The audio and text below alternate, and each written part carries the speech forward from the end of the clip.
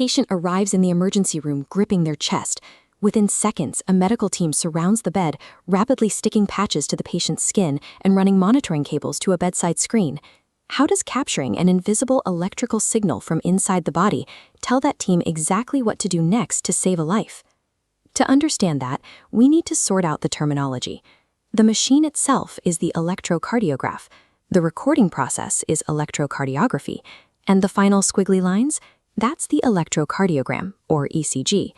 This diagnostic standard traces back to Willem Einthoven. He discovered a way to mathematically capture the tiny, unseen electrical currents generated by human tissue and plot them clearly on paper. Without this ability to translate the heart's electrical language into a visual format, treating a cardiac emergency would be blind guesswork. The heart's electrical journey begins at the sinoatrial, or SA node. This small cluster of cells acts as a natural pacemaker, firing a rhythmic pulse. That electrical signal travels down to the AV node. From there, it moves through a pathway called the bundle of His, splitting into two distinct branches running down the center wall. Finally, the signal fans out into thousands of Purkinje fibers. These lightning-like tendrils wrap around the muscular LAR chambers, delivering the shock that forces them to contract and pump blood. This process relies on electrical dipoles. At rest, heart cells have a negative internal charge. When an electrical wave sweeps through, those cells rapidly flip to a positive charge, a process called depolarization.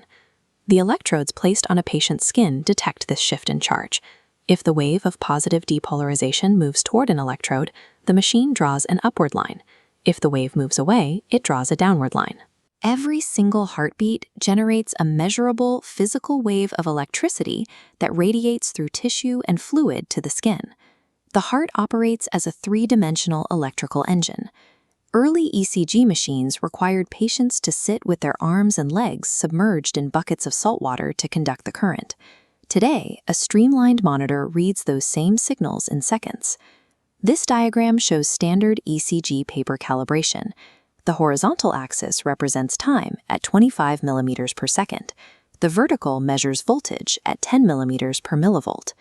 Zooming in, one tiny square is 0.04 seconds.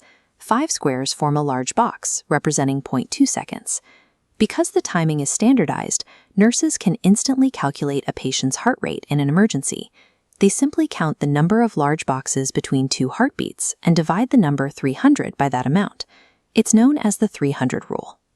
This rigid mathematical grid turns fluctuating voltage spikes into concrete clinical data that doctors and nurses can read at a glance. A standard 12-lead ECG is slightly counterintuitive. Clinicians only place 10 physical electrodes on the patient's body, but the machine calculates the differences between those points to generate 12 distinct viewing angles of the heart. 6 of those angles come from the chest leads, labeled V1 through V6. Nurses must place these electrodes in exact anatomical positions along the ribs and sternum to capture an accurate cross-section of the heart's horizontal plane.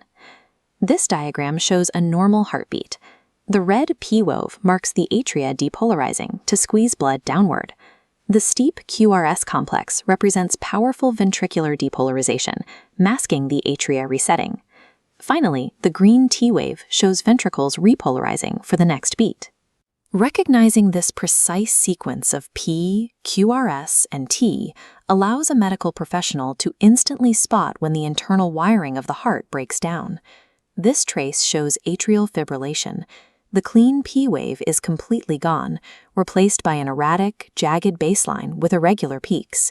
If it deteriorates into ventricular fibrillation, the tracing devolves into wide, chaotic waves. The heart muscle is merely quivering, no longer pumping blood. Capturing these lethal changes requires flawless execution at the bedside. If a nurse fails to properly prep the skin, or if the patient shivers, the machine picks up artifact errors, electrical static that mimics dangerous arrhythmias. The ECG monitor is entirely objective. It only prints what it feels through the electrodes. A sloppy setup yields useless data, which delays care when seconds matter. Back in the hospital corridor, the medical team is rushing the patient toward the cardiac unit. The clinician scans the fresh ECG strip, moving rapidly through a mental checklist. They assess the rate, verify the rhythm, check the electrical axis, and hunt for abnormal segment elevation. There it is on the paper strip, an elevated ST segment. This specific shift on the grid indicates a massive myocardial infarction, commonly known as a STEMI, is actively in progress. That single elevated line triggers an immediate hospital protocol, activating the catheterization lab to surgically open the patient's blocked artery.